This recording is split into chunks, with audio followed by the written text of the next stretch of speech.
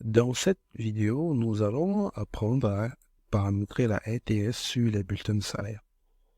Donc, nous allons nous allons déterminer toutes les constantes qui entrent dans son élaboration et aussi sa rubrique. Alors, pour mieux vous expliquer, je vais d'abord vous présenter ce format Excel-ci, cette feuille Excel. J'espère que je vais pouvoir bien vous expliquer. Alors, voici le barème que je vous ai présenté. Donc, ça, je vais d'abord effacer. Voici le barème que je vous ai présenté. Donc, de 0 à 1 million, le taux, c'est 0%. De 1 million à 5 millions, 5%. De 5 millions à 10 millions, 10%. Et de 10 millions à 20 millions, pardon, de 10 à 20, 15%. Et plus de 20 millions, 20%. Alors, qu'est-ce que ça veut dire? Ou bien, comment ça se passe dans la pratique? Là, à partir d'Excel, si je vais déterminer, par exemple, le montant de l'impôt d'un salarié à payer. On va prendre 3 cas, un salarié qui a 1 million, non pas 1 million, parce qu'on va mettre 800 000, l'autre à 4 millions 5, l'autre à, bon, comme ça, c'est évident, on va plutôt effacer ça. On va plutôt prendre un premier salarié qui a par tranche, donc 4 millions 5, 4 millions 500 000. Ensuite, on va prendre quelqu'un qui a 7 millions 800 000, quelqu'un qui a 17 millions et quelqu'un qui a 25 millions. Voilà, c'est mieux ainsi. Alors, comment ça se passe pour le salarié qui a 4 millions et demi? Alors, je viens dans ce tableau. Sur chaque tranche, il faut d'abord déterminer quelle est la différence, donc quelle est la base du taux. Parce que là, c'est une tranche. Mais il faut déterminer quelle sera la base sur laquelle il faut calculer ce taux. Et pour obtenir cette base, on fait la différence entre la borne supérieure et la borne inférieure. Donc, je mets la formule borne supérieure moins borne inférieure.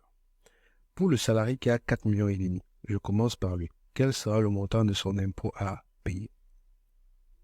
Si lui il a 4 millions et demi, ça veut dire qu'il se retrouve dans cette tranche-ci. Nous sommes d'accord.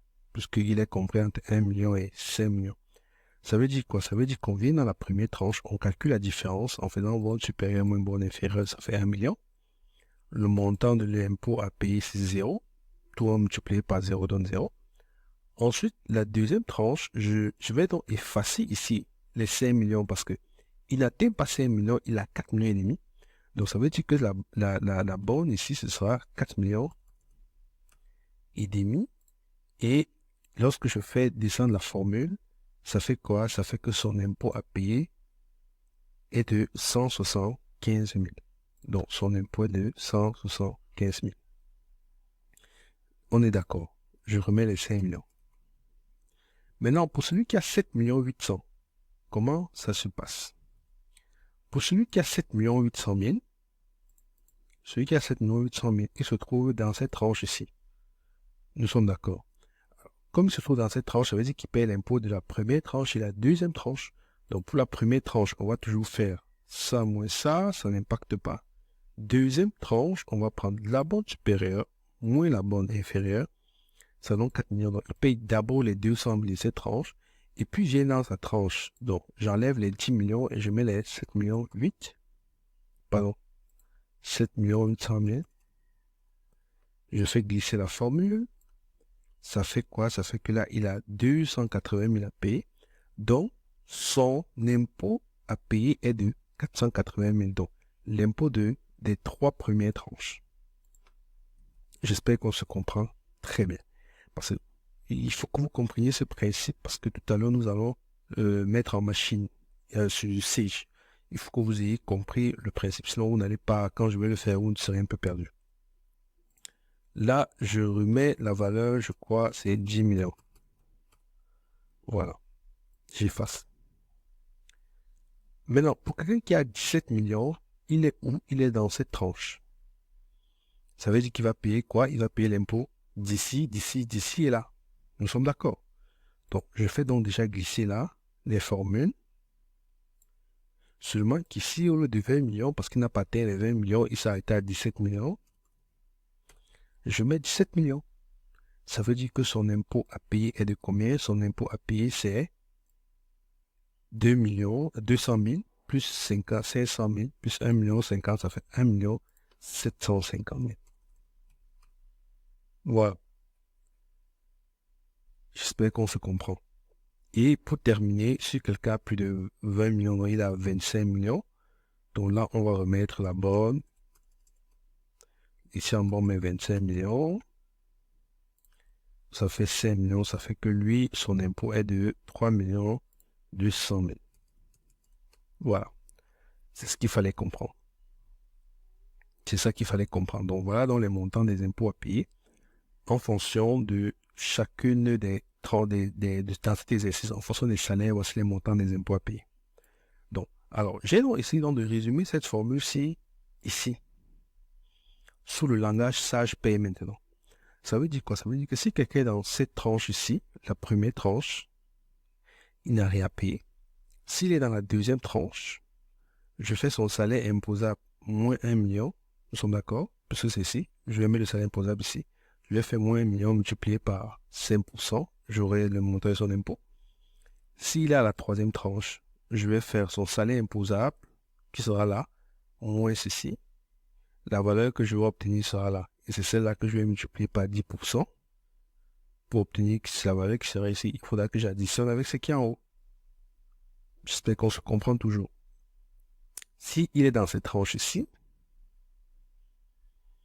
si par exemple, j'efface ça et que je remets 17 millions ici, comme dans cet cas, comment on va faire? Je vais prendre son salaire imposable, je vais faire moins 10 millions, on est d'accord. Le résultat que j'obtiens, c'est ça. Je multiplie par 15%. Et ces 15% me donneront, après cette multiplication, j'aurai ce résultat. Et pour trouver son impôt, je vais additionner à 700 000. Donc, à ces deux-ci. À ces deux-ci. Et ainsi de suite. Donc, voici ça que j'ai résumé ici dans ces tranches. Alors, maintenant, on va donc repartir sur SagePay. On va repartir sur SagePay, mettre ça en pratique. Donc, on va donc venir créer d'abord des constantes pour chacune des tranches. Donc, première tranche, et on va créer des constantes de type calcul. Donc, on va appeler ça, je vais appeler ça T1 et TS. Donc, tranche 1 et TS. On va mettre ça dans les tempos. Donc, on a dit quoi? Que pour la tranche 1, c'est 0. Il n'y a rien à dire, donc on ne met rien là. 0. OK.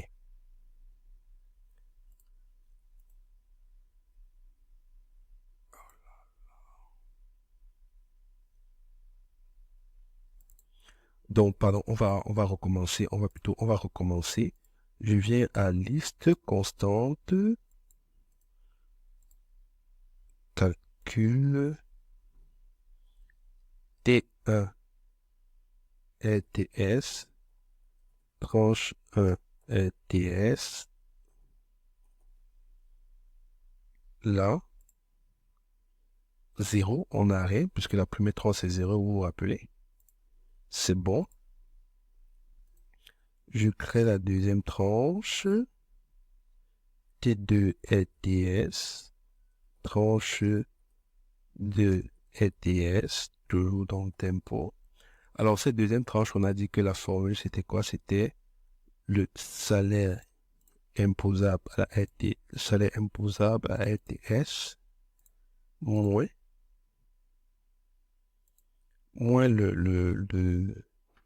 la borne inférieure, moins 1 million. Le résultat que j'obtiens, je le multiplie par 5%. Donc, fois 0,05. Ah non, j'ai fait ça après, ça doit venir là. Oui, après, j'insère là, donc, moins 1 million fois 5%, plus les 200 000. Voilà. C'est bon. Je peux dupliquer pour aller un peu plus vite. T3 LTS, je vais l'appeler tranche 3 LTS. Maintenant, la tranche 3, c'est moins 5 millions. Le taux, ce n'est plus 0, c'est pas 5%, c'est 10%. Plus 200 000. Ah oui, non, dans la tranche 2, il n'y a pas ça. Il n'y a pas ceci. J'ai fait une erreur. Dans la tranche 2, il n'y a pas ceci. C'est juste moins 1 million fois 5%. Oui, c'est bon. Et c'est dans la tranche 3 qu'on fait moins 5 millions fois 10% plus 200 000. Voilà. Dans la tranche 4, T4 ETS, on fait le salaire imposable à la ETS moins 10 millions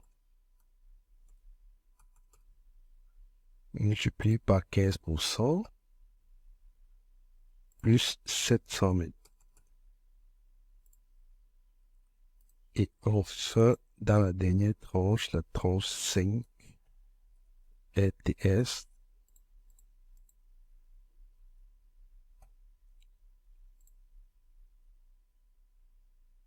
on fait moins 20 millions fois... Oh là là, pourquoi ça ne prend pas là?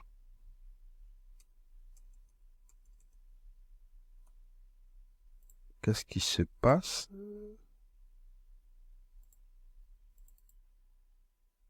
Ça a pris là. Je vais essayer de voir si ça a pris partout, hein. Ça, c'est 1 million. La tranche 1, il n'y a rien. La tranche 2 n'a rien aussi. C'est après, mais c'est fois moins 1 million fois 5%. La tranche 3, moins 5 millions fois 10%, plus 200 000. La tranche 3, alors maintenant la tranche 4, même la tranche 4 n'a rien. Alors, comme dès la tranche 4, ça ne prend pas, je crois qu'il ne veut pas qu'on mette de grandes valeurs ici. Alors, qu'est-ce qu'on va faire? On va, on va tricher, hein. On va prendre, on va être obligé de prendre, et on va créer une constante qui va stocker la valeur. Parce que là, c'est qu'on n'aura pas le choix, parce que vous voyez, la première tranche, il stocke, première tranche, il n'y a rien. Deuxième tranche, moins 10 millions, 5%, c'est moins 1 million. La troisième tranche, il prend bien 5 millions. Et à la quatrième tranche, il refuse 10 millions.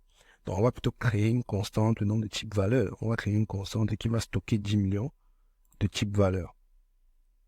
Donc, je vais à 3 petits points là. Là, j'ai pas le choix. On va créer une constante de type valeur. Donc, on va créer une constante qui va stocker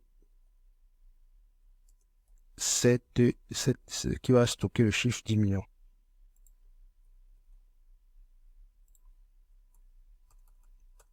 Voilà. OK. Donc, là, on va lui dire d'aller prendre la constante. Voilà, c'est bon. On lui dit d'aller prendre 10 millions.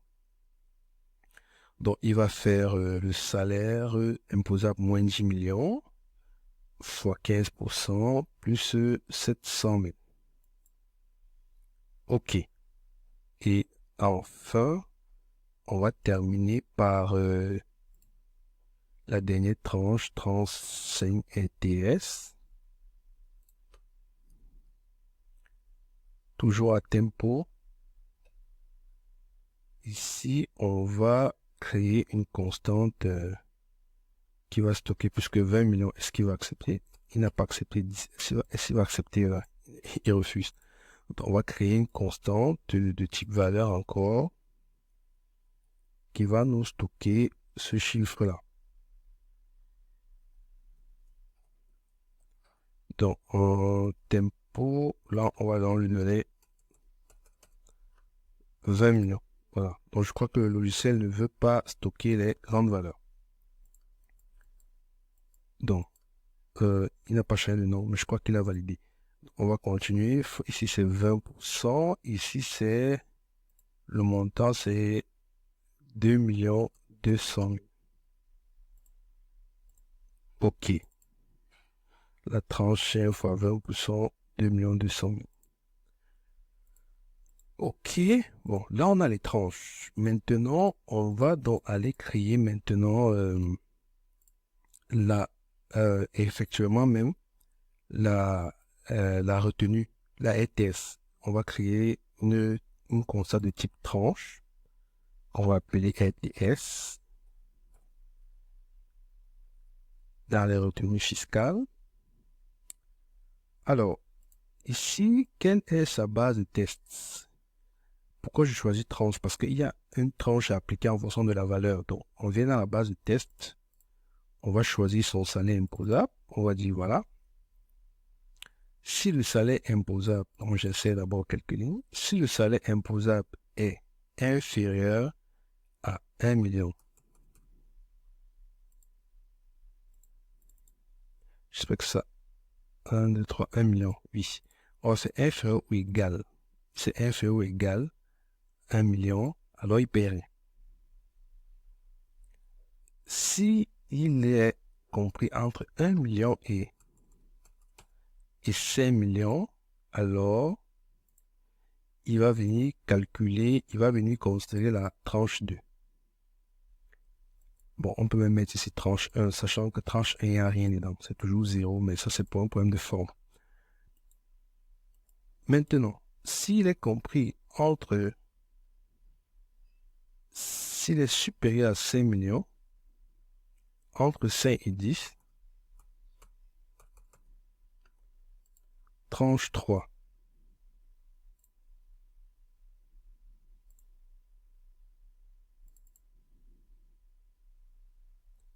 S'il est compris entre 10 et 20,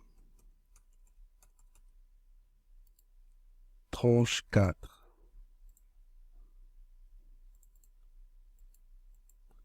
Et s'il est compris entre, si c'est une valeur supérieure à 20, alors tranche 5.